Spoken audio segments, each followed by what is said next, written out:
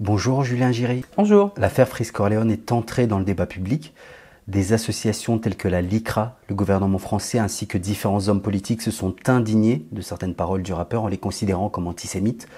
Quel est votre regard sur cette polémique? Freeze Corleone, c'est un rappeur qui émerge sur la scène, j'allais dire mainstream, mais qui était relativement connu. On avait déjà parlé, nous ici, à plusieurs reprises, je crois. Et qui effectivement se place dans une optique extrêmement provocatrice. Et j'allais dire même au-delà de ça, Freeze Corleone tient des propos qui sont extrêmement violents, extrêmement forts. Freeze Corleone, il prend un retour de bâton à un moment donné parce qu'il a dépassé quelque part le stade de la confidentialité. Et en dépassant ce stade de la confidentialité, de fait, les associations vont commencer à regarder davantage ses propos qui, s'il n'avait été resté au stade du rappeur confidentiel de deuxième zone ou troisième zone, bon, ça va peut-être pas lui plaire de dire ça comme ça, mais il n'aurait entre guillemets pas valu la peine qu'on s'attaque à lui parce qu'on lui aurait fait peut-être davantage de pub qu'autre chose. Là, il se retrouve à un stade de notoriété où finalement ses écrits, ses textes, ses paroles sont quelque part sous le feu de la rampe, sous le feu des projecteurs, en particulier quand on regarde le démarrage absolument incroyable de son album qui a vraiment bien fonctionné. Certains internautes questionnent la sélectivité des paroles faites par la LICRA en omettant d'autres paroles qui visent différentes communautés.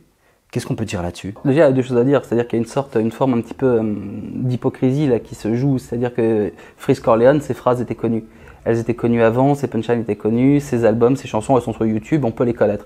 Donc le fait que ça arrive maintenant, que Universal, après avoir signé Freeze Corleone, s'en rende compte, bon, c'est un petit peu étonnant. Ensuite, la question de la sélectivité des propos, je crois que bon, la LICRA a souligné les propos de Freeze Corleone, en partie sur les Juifs, mais à ma connaissance, elle n'a pas exclu, si vous voulez, les autres propos, il faudrait vérifier, mais elle a souligné certains propos. La DILCRA, le ministre de l'Intérieur, a aussi souligné des propos inacceptables contre les Juifs en particulier, mais je crois pas seulement. Ensuite, que la LICRA ait cette focale particulière sur l'antisémitisme, au regard de l'histoire de cette institution, de cette association, c'est relativement, j'allais dire, attendu, puisque ça fait partie un petit peu de leur point d'attention prioritaire, la lutte contre l'antisémitisme. Ça ne veut pas dire que la LICRA n'est pas aussi en pointe sur d'autres questions comme l'homophobie, la discrimination contre les Noirs, l'islamophobie, le racisme, etc. Donc là, il y a véritablement un effet de focus. Quand on sort ces phrases et qu'on les met toutes ensemble à la suite d'accumulation, comme l'ont fait plusieurs médias, il y a nécessairement effectivement quelque chose qui est impressionnant. Il y a un effet d'accumulation qui est très impressionnant. Ensuite, que ce soit de la provocation pure, très bien, peut-être, ça je sais pas, ça c'est à l'auteur de ces phrases de s'en expliquer, il en expliquera ce qu'il en pense. Et quand il tient ses propos publiquement, il dit quelque chose. Et quand il dit qu'il n'en a rien à foutre de la Shoah, même s'il le compare avec autre chose, il tient quand même des propos qui sont extrêmement choquants, extrêmement blessants pour un certain nombre de personnes. Jusque-là, ma foi, ça reste encore dans le cadre de la loi. On a le droit de choquer, on a le droit de blesser, on a le droit de critiquer les convictions religieuses, politiques, etc. des adversaires et des opposants. Et heureusement qu'on n'est pas dans un pays où une sorte de blasphème politique, moral, religieux nous impose de nous taire. Non, heureusement, tant mieux. La liberté d'expression, c'est ça aussi, c'est le fait de pouvoir choquer, critiquer.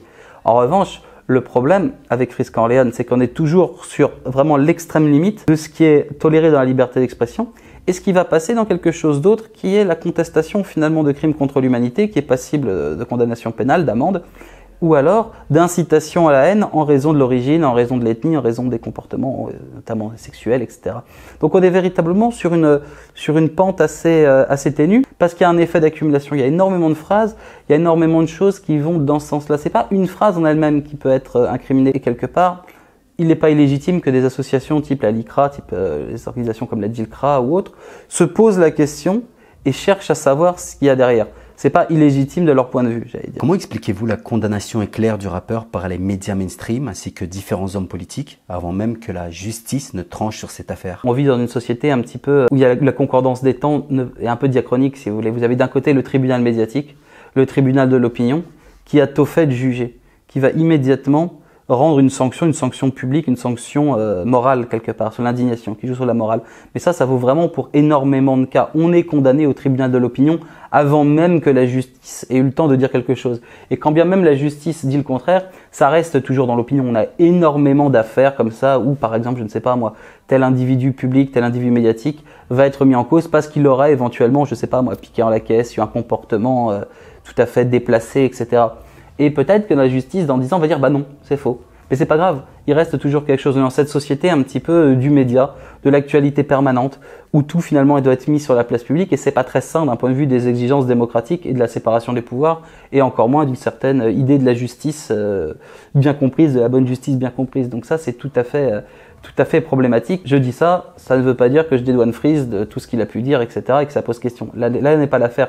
L'affaire, c'est véritablement, on a une sorte de momentum comme ça, où finalement, tout se joue sur l'espace public, sur la scène publique, sur l'agora, qui serait censé distribuer moralement les bons points, les mauvais points, ce qui est bon, ce qui n'est pas bon, ce qui est permis, ce qui n'est pas permis, en dehors du cadre légal. Et ça, c'est extrêmement problématique d'un point de vue des exigences démocratiques. À quoi sert cette censure, justement? L'affaire Freeze, je pense qu'elle va se terminer d'elle-même assez rapidement dans les médias, parce que voilà, quelque part, les associations, le gouvernement a obtenu ce qu'il cherchait, c'est-à-dire une marginalisation de Freeze.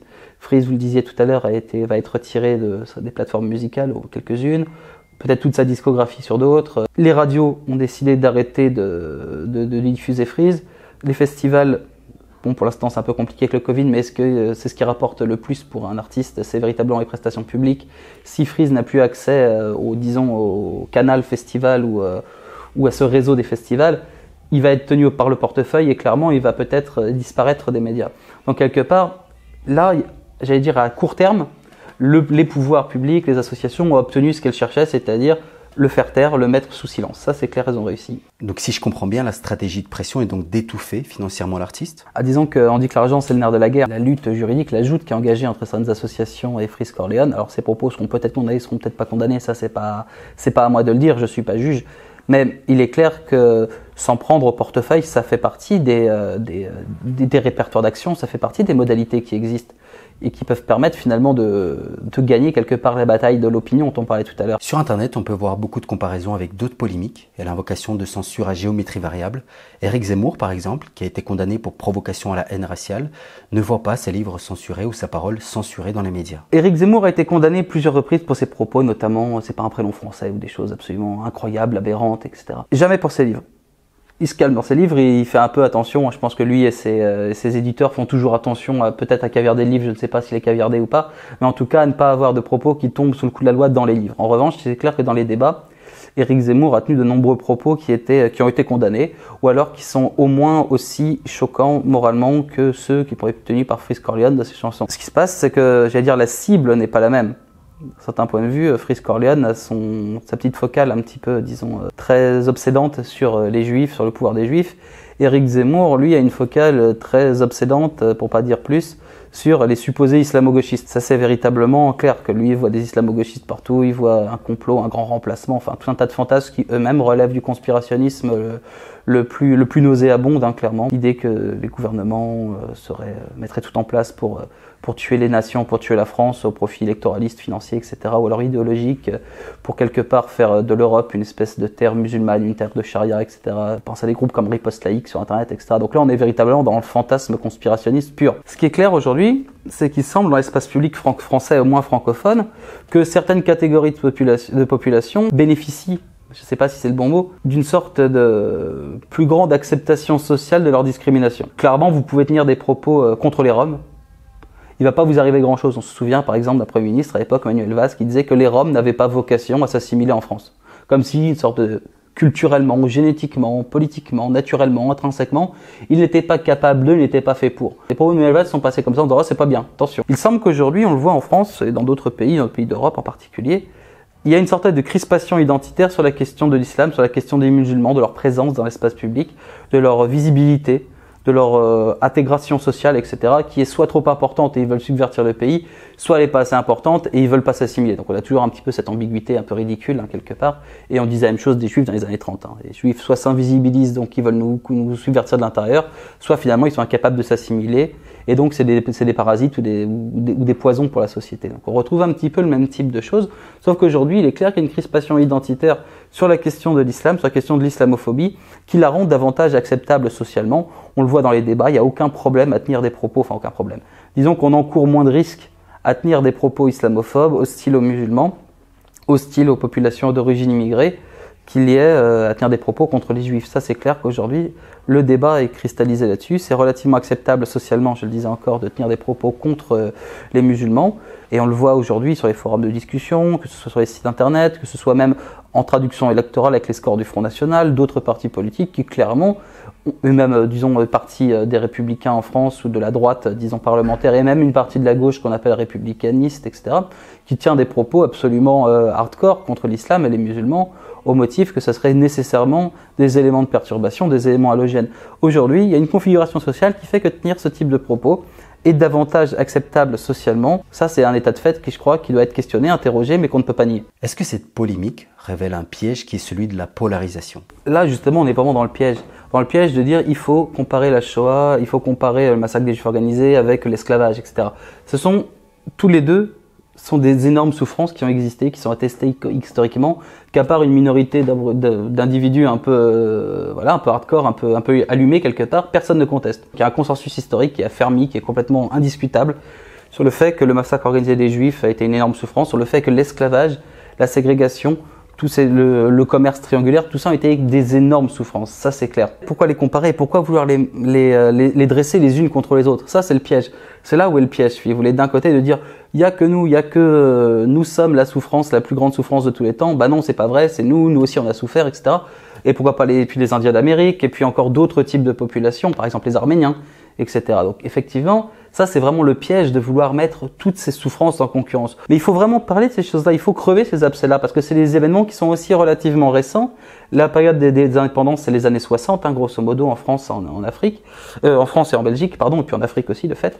C'est véritablement des choses qui ont peut-être pas encore été crevées, et les afrodescendants ont besoin quelque part que cette histoire soit écrite, qu'elle soit mise sur la place publique, qu'elle soit faite aussi par des afrodescendants eux-mêmes, de façon tout à fait naturelle, de tout à fait légitime, que l'expérience collective qui est vécue puisse faire aussi collectivement l'objet d'une sorte de retour sur expérience, d'écriture, de narration historique qui leur soit propre. C'est tout à fait légitime. Je crois que c'est tout à fait important.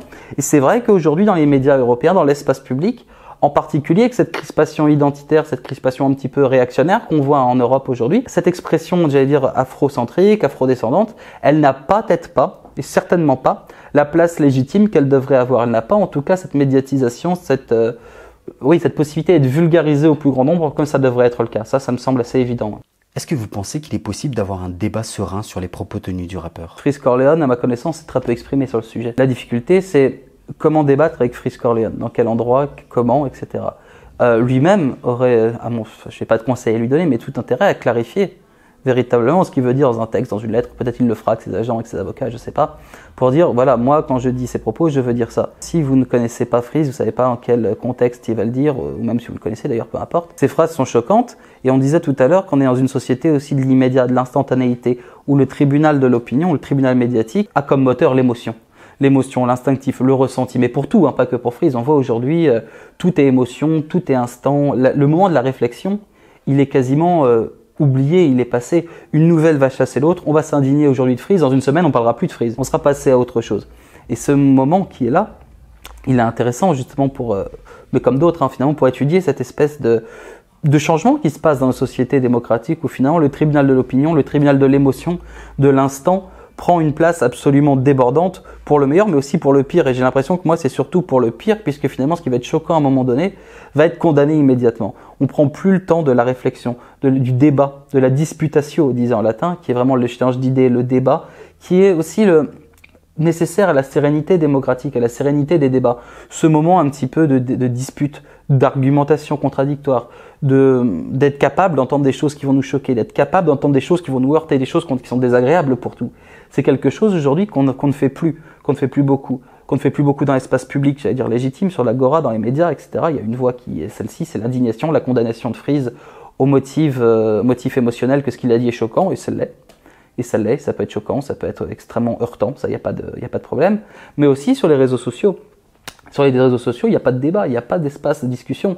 Vous êtes sur un forum, si vous n'allez pas dans le sens de ce forum-là, vous êtes soit exclu rapidement du forum, ou alors au bout de 2 posts, vous avez tous les mots en « et » ou les mots en « art » qui vous arrivent dans la figure. Internet non plus ne fait pas le débat. Ne fait pas le débat parce que les forums sont sclérosés par une ligne monétique, et vous-même, quand vous êtes sur Internet, vous êtes aussi sujet aux algorithmes qui vont toujours vous proposer du contenu qui va dans le sens de ce que vous avez déjà vu avant, qui va conforter finalement vos prénotions, vos croyances, etc. Et ça, c'est très dangereux parce qu'on se retrouve aujourd'hui avec une société, alors à la fois dans l'espace public, mais aussi sur Internet, avec des espèces de bulles. Ce sont des bulles filtrantes, hein, qu'appelle mon collègue pariseur, c'est des bulles filtrantes. Chacun se retrouve avec une sphère d'influence, une sphère d'information, une sphère sociale, et au lieu d'avoir une société ensemble, où on peut débattre, même s'engueuler violemment, etc., on se retrouve chacun dans une société atomisée, avec des petites sphères, des petites bulles comme ça, qui se juxtaposent, et qui ne se rencontrent pas, sauf pour entrer en conflit violent, comme on vient de le voir, parce qu'il y a une incompréhension mutuelle entre toutes ces sphères. Je crois que c'est ça, en fait, finalement, le fond du problème, et le plus important, au-delà de Freeze, au-delà de l'affaire, etc., c'est cette réflexion qu'il faut avoir sur la société communicationnelle, la société démocratique, la société, l'écosystème général qu'on veut développer. Est-ce qu'on veut des groupes comme ça, qui sont les uns à côté des autres, qui sont autonomes, atomisés, juxtaposés, qui ne se parlent pas, qui ne se comprennent pas? Ou est-ce qu'on veut finalement ramener une véritable société, une société ouverte, où quelque part les gens débattent, où les gens sont capables d'entendre des choses extrêmement désagréables, des choses contradictoires? Ça, c'est vraiment extrêmement important, je crois, en termes d'enjeux démocratiques fondamentaux. Ça, c'est vraiment le cœur du problème.